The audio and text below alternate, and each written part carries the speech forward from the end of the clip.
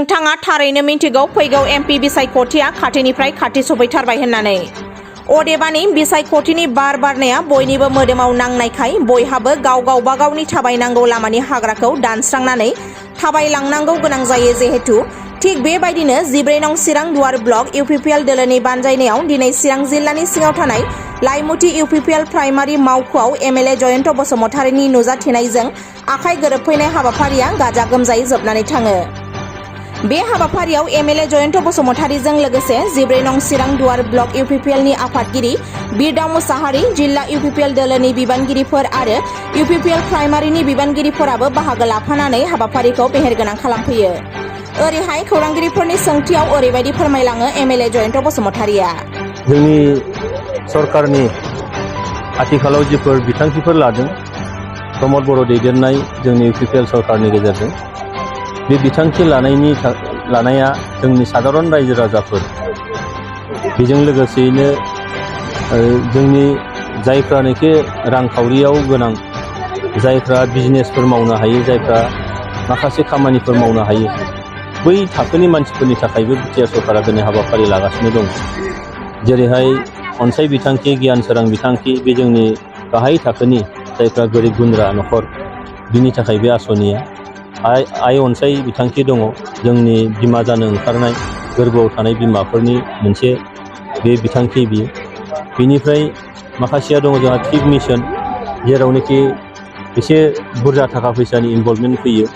दा बेखौ थाखा फैसा गोनां मानसिफ्रा खामानि मावनो हायो आरो नङाब्ला बेखौ कअपारेटिभनि गेजेरजों बा सेल्फ हेल्पनि गेजेरजों मावनो हायो। बेखायनो बिटिआर सरकारा जोंनि ओनसोलाव थानाय गासैबो थाखोनि सुबुंफोरनि थाखाय जिथु हाबाफारि लादों, बिनि थाखायनो दिनै गुबुन गुबुन दोलोनि मददगिरिफोर, दैदेनगिरिफोर बिथांमोना दिनै इउपिपिएल दोलोआव हाबनानै बे सरकारजों लोगो जानो बिथांमोना आवगायबोदों।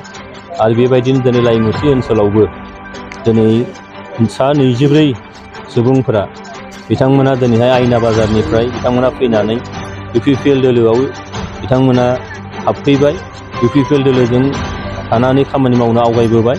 बेनिखायनो आं बिथांमोनखौ इउपिपिएलनि न'खराव बरायनानै लादों। आरो जिहेतु दिनैहाय बिटिआर सरकारा सुपार 50 बानायदों जोंनि फरायसाफोरनि थाखाय, जेराव बिपिएफआ हाग्रामा महिलारिया गावनि बाथौ रिजर्टआव, बाथौ खेराइ रिजर्टआव जोंनि हायार सेकेन्डारि फरायनाय, डिग्री फरायनाय गथ'फोरखौ लांनानै जयनिं खालामहोदों, जौ जुवाजों गफबहोदों। नाथाय जोंनि सरकारा जोंनि इउपिएससिआव फाथायहरदों जोंनि गोरों लाइमोनफोरखौ, एपिएससिआव फाथायहरदों जोंनि गोरों लाइमोनफोरखौ, जोंनि इन्जिनियार बानायनो जों नागिरदों, डक्टर बानायनो जों नागिरदों। दा बेबायदियाव समाजनि गासैबो थाखोनि जोंनि सानसुमैफोरखौ लानानै गोरों गोरा मानसिफ्रा दिनै इउपिपिएल दोलोनि मावनाय हाबाफारि बा बिनि जिफोर सान्थौ आरो सानस्रि बेखौ दिनै मोजां मोनदों। बेनिखायनो दिनै जेरावबो खना खनला जायगाफ्राव इउपिपिएल दोलोआव दिनै हाबनो थाखाय, जयनिं जानो थाखाय दिनै आवगायबोदों। बिनिनो दिनैहाय नैबे लाइमुथि ओनसोलनि आयना बाजारनिफ्राय दिनैहाय सा 24 सुबुङा दिनै जोंनि दोलोआव हाबफैबाय आरो हाजार हाजार बेबायदि जगाजग जाबाय थादों। दा जों नुदों जे काम्फा बरगयारी, जेम्स बसुमतारी एमसिएलए, बेनिफ्राय जिसया समफ्रामारि, कास्टम बसुमतारी बिथांमोना फैयै बुंफैदोंनो जे हाखौ बिथांमोनासो होगोन, फरेस्टनि हानि लेन्ड टाइटेलमेन्टखौ बिथांमोनासो होगोन होननानै बुंफैदों। सरकारावनो गैया, बोरैहाय जानो हाथावथाव? दा बे बाथ्राफोरखौ दिनै रायजो राजाफ्रा जाम्बा जाम्बि नंलिया, बयबो दिनैहाय ससियेल मिडियानि जुग, बयबो मोनथिगौ जे बिथांमोना बेसेबां लेभेलसिम, बेसे गोथौनि ना बेखौ बिथांमोना मोनथिगौ। हा होनो हागोन होननानै बुंदों।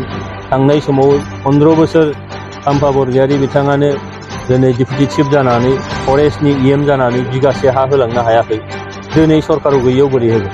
बेनिखायनो जोंहा ट्रिपल इन्जिन थानाय सरकार बियो।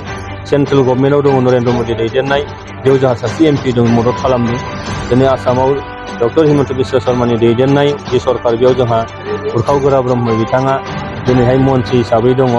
बिटिआरआव दिनै प्रमद बर' दैदेननाय सरकार जानानै दङ। बेनिखायनो मोनथाम इन्जिनजों दैदेनजानाय बे सरकारखौ दिनैहाय रायजो राजाफ्रा गनायनानै लादों।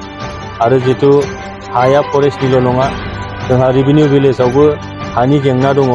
जेराव BF सरकारा बिगासे हा होलाङाखै जोंनि सरकारा बे बोसोरथाम फुरायबाय दाखालि डिसेम्बर 15 तारिखआव दा बेखिनियाव 1,06,000निख्रुइ बांसिन सुबुंफोरनो दिनै हानि पाट्टा राननानै होनाय जाबाय फरेस्टनिया आलादाबाव 1,06,000 सुबुंफोरनो बैसोमुथि जे बिथांखिनि गेजेरजों जोङो हाखौ राननानै होदों आरो बे थांबाय थागोन जेब्लासिम लास्ट सासे सुबुङा हा मोना पाट्टा मोना बे समसिम जों मावलांबाय थागोन बेखायनो बे गासैबो हाबाफारिफोरखौ नुनानै दिनैहाय गुबुन दोलोनि मानसिफ्रा जोंनि दोलोनि फारसे गंग्लायनाय फैदों बिथांमोना जोंनि फारसे अनसायनाय दिन्थिदों आरो बेबायदिनो जयनिं जाबाय थादों।